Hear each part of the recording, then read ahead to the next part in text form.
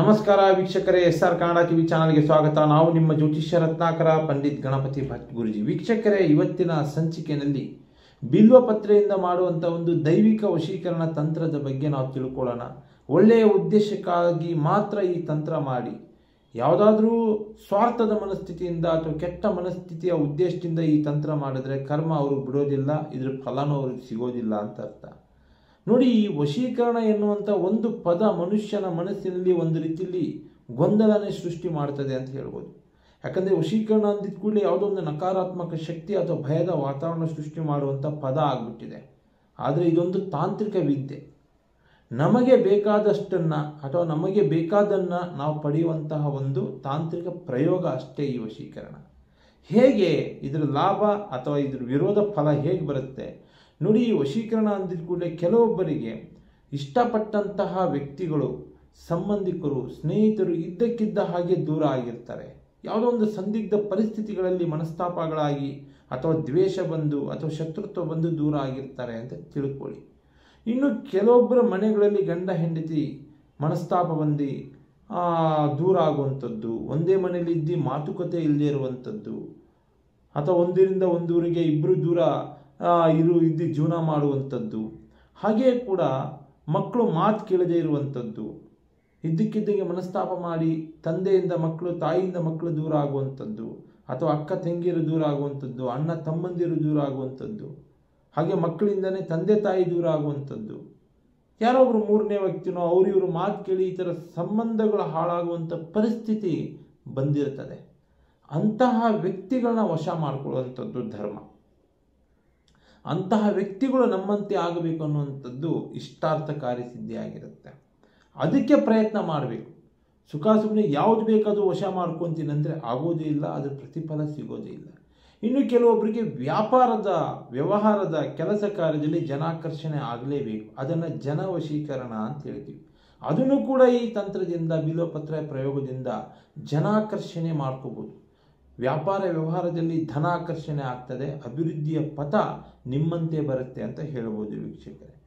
ಇನ್ನು ಈ ಕೆಲವೊಬ್ಬರು ಕುಟುಂಬದಲ್ಲಿ ಶತ್ರುಗಳಾಗಿ ಮಾರ್ಪಾಡಾಗಿರ್ತಾರೆ. ಭೂಮಿಗೋ ಜಮೀನಿಗೋ ಸಂಬಂಧ ಉಳಿಸ್ಕೋಬೇಕು ಅಂತ ಒಬ್ರು ಒದ್ದಾಡ್ತಾ ಇರ್ತಾರೆ. ಒಬ್ರು ಸಂಬಂಧ ಹಾಳಾದ್ರೂ ಪರವಾಗಿಲ್ಲ, ನನಗೆ ಭೂಮಿ ಬೇಕು, ಜಮೀನು ಬೇಕು ಅಂತ ಕಾಯ್ತಾ ಇರ್ತಾರೆ, ಅಥವಾ ಆಸ್ತಿ ಬೇಕು, ದುಡ್ಡು ಬೇಕು ಅಂತ ಕಾಯ್ತಾ ಇರ್ತಾರೆ. ಅಂಥವ್ರ ಮನಪರಿವರ್ತನೆ ಮಾಡಿಕೊಂಡು ನಮ್ಮಂತೆ ಕೂಡ ಈ ತಂತ್ರದ ಸಹಾಯದಿಂದ ಸೆಳೆಯುವಂತಹ ಉದ್ದೇಶ ಇಟ್ಕೊಳ್ಳಿ ವೀಕ್ಷಕರೇ.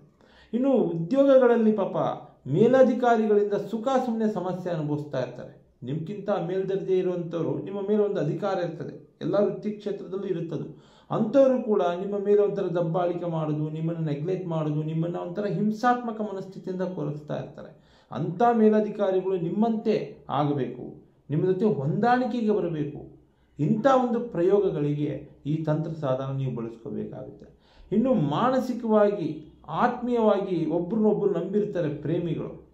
ಇಷ್ಟಪಟ್ಟಂಥ ಪ್ರೇಮಿಗಳು ಕೂಡ ಕೆಲವೊಂದು ಪರಿಸ್ಥಿತಿಯಲ್ಲಿ ಇದ್ದಕ್ಕಿದ್ದಂಗೆ ದೂರ ಆದಾಗ ಕೂಡ ಅಂತಹ ಒಂದು ಪ್ರೀತಿ ಬಾಂಧವ್ಯ ಉಳಿಬೇಕು. ಆ ಪ್ರೇಮ ನಿಮ್ಮ ಜೊತೆ ವಿಶ್ವಾಸ, ನಂಬಿಕೆಯಲ್ಲಿ ಅದು ಮುಂದೂಡಬೇಕು.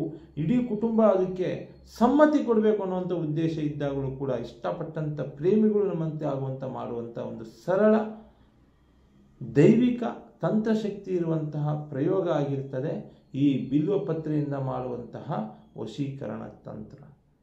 ಈ ಬಿಲ್ವಪತ್ರೆಯಿಂದ ಮಾಡುವಂಥ ವಶೀಕರಣ ತಂತ್ರದ ಮುಖಾಂತರ ನೀವು ಇಷ್ಟಪಟ್ಟಂಥ ವ್ಯಕ್ತಿಗಳು ನಿಮ್ಮಂತೆ ಆಕರ್ಷಿತರಾಗ್ತಾರೆ, ನಿಮ್ಮನ್ನೇ ಬಯಸ್ತಾರೆ ಅಂತ ಹೇಳ್ಬೋದು. ಅದ್ರ ಪ್ರಯೋಗ ಸಾತ್ವಿಕವಾಗಿದ್ದರೆ ಮಾತ್ರ ಈ ತಂತ್ರ ನಿಮಗೆ ಲಾಭದಾಯಕವಾಗಿ ಬರುತ್ತೆ ವೀಕ್ಷಕರೇ. ನಿಮ್ಮ ಮನೆಯಲ್ಲಿಯೇ ಈ ತಂತ್ರ ನೀವು ಮಾಡಿಕೊಳ್ಳಬಹುದು. ತಂತ್ರ ಮಾಡುವಂತಹ ಸರಳ ವಿಧಾನ ಇಷ್ಟೇ. ಒಂದೇ ಒಂದು ಬಿಳಿಯ ಹಾಳೆ ನೀವು ತೊಗೊಂಡು ಬರಬೇಕಾಗುತ್ತೆ. ಒಂದು ಬಿಳಿ ಹಾಳೆ, A4 ಶೀಟ್ ಇರುವಂಥ ಒಂದು ಹಾಳೆ. ಆ ಒಂದು ಬಿಳಿಯ ಹಾಳೆಯ ಮೇಲೆ ನಿಮ್ಮಿಂದ ದೂರ ಆದಂಥ ವ್ಯಕ್ತಿ ಅಥವಾ ನಿಮ್ಮ ಜೊತೆ ಮನಸ್ತಾಪ ಆದಂಥ ವ್ಯಕ್ತಿಯ ಹೆಸರನ್ನು ಕಪ್ಪು ಸೀಸದ ಸಹಾಯದಿಂದ ಆ ಹಾಳೆಯ ಮೇಲೆ ಬರೆದು, ಕಪ್ಪು ಪೆನ್ನಿನಿಂದ ಬರೆದು ಬಿಟ್ಟು ಅದ್ರ ಮೇಲೆ ಅಲವೇರ ಗಿಡದ ರಸ ಬರುತ್ತೆ ನೋಡಿ, ಲೋಳೆ ರಸ ಅಂತ ಹೇಳ್ತೀವಿ. ಅಲವೇರ ಗಿಡದ ರಸವನ್ನು ನೀವು ತೆಗೆದು ಅದರ ಮೇಲೆ ನೀವು ಹಚ್ಚಬೇಕಾಗ್ತದೆ. ಆ A4 ಶೀಟ್ ಸಂಪೂರ್ಣವಾಗಿ ಅಲವೇರ ಗಿಡದ ರಸವನ್ನು ಹಚ್ಚಿ ಅದರ ಮೇಲೆ ಕುಂಕುಮವನ್ನು ಸಂಪೂರ್ಣವಾಗಿ ಹಚ್ಚಿಬಿಡಿ. ನೀವು ಸಂಪೂರ್ಣವಾಗಿ ಕುಂಕುಮ ಹಚ್ಚಿದ ನಂತರ ಏನು ಮಾಡ್ತೀರಾ, ತ್ರಿದಳ ಇರುವಂಥ ಅಂದರೆ 3 ಎಲೆ ಇರುವಂಥ ಒಂದು ಬಿಲ್ವ ಪತ್ರೆಯನ್ನು ಅದರ ಸೆಂಟ್ರ್ ಭಾಗ ಅಂದರೆ ಮಧ್ಯಭಾಗಕ್ಕೆ ಅಂಟಿಸಿ ನೀವು ಸಪ್ರೇಟ್ ಇರುವಂತಹ ಒಂದು ಕೋಣೆಯಲ್ಲಿ ಅಥವಾ ಒಂದು ನೀವಿರುವಂಥ ಪರ್ಸ್ನಲ್ ಇರುವಂಥ ಜಾಗದಲ್ಲಿ ಒಂದು ಗೋಡೆಯ ಮೇಲೆ ಆ ಹಾಳೆಯನ್ನು ನೇತು ಹಾಕಿ. ಆ ಗೋಡೆಯ ಮೇಲೆ ಒಂದು ಹಾಳೆ ನೀವು ನೇತು ಹಾಕಿ ನಿಮಗೆ ಇಷ್ಟಾರ್ಥ ಬರುವಂಥ ಒಂದು ಶಿವನ ಮಂತ್ರ, 10 ಇದ್ದಾವೆ, 1000 ಇದ್ದಾವೆ, ಒಂದು ಶಿವನ ಬೀಜಾಕ್ಷರ ಅಥವಾ ಮಂತ್ರವನ್ನು ಪಠನೆ ಮಾಡಿಕೊಂಡು ಆ ವ್ಯಕ್ತಿ ನಮ್ಮಂತೆಯೇ ಆಗಬೇಕು, ನಾವು ಇಷ್ಟಪಟ್ಟಂಥ ವ್ಯಕ್ತಿ ನಮಗೆ ಸಿಗಬೇಕು, ನಮ್ಮಿಂದ ಮನಸ್ತಾಪ ಆಗಿರೋದು ದೂರ ಆಗಬೇಕು, ನಮ್ಮಿಂದ ಅವ್ರು ಏನು ಅಪಮಾನ ಅವಮಾನ ಈಡೇರಿಸಿದ್ದಾರೆ ಅಥವಾ ಅವರಿಂದ ನಾವೇನು ಅಪಮಾನ ಅವಮಾನ ಈಡೇರಿಸಿದ್ದೀವಿ ಇವತ್ತಿಗೆ ಕಡೆ ಆಗಬೇಕು, ಆ ವ್ಯಕ್ತಿ ನನ್ನಂತೆ ಆಗಬೇಕು, ನನ್ನ ಜೊತೆ ಮನಸ್ತಾಪ ಇರೋದು ದೂರ ಮಾಡಿಕೊಂಡು ನನ್ನಂತೆ ವಶ ಆಗಬೇಕು ಅಂತ ನೀವು ಸಂಕಲ್ಪನೆ ಮಾಡ್ಕೊಳ್ಳಿ ವೀಕ್ಷಕರೇ.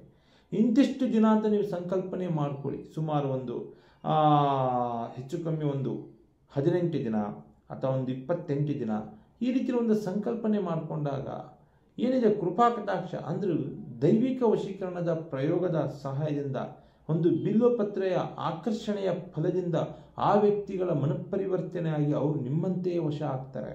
ಸಾತ್ವಿಕವಾಗಿ ನಿಮ್ಮ ಅವರ ಸಂಬಂಧ ಬೆಳೆಯುತ್ತೆ, ಬದುಕುತ್ತೆ, ಬಾಳುತ್ತೆ, ನಿಮ್ಮ ಇಷ್ಟಾರ್ಥ ಕಾರ್ಯ ಸಿದ್ಧಿ ಆಗ್ತದೆ. ಸುಖ ಶಾಂತಿ ನೆಮ್ಮದಿಯಿಂದ ಸಂಬಂಧ ಉಳಿಸ್ಕೋಬೋದು.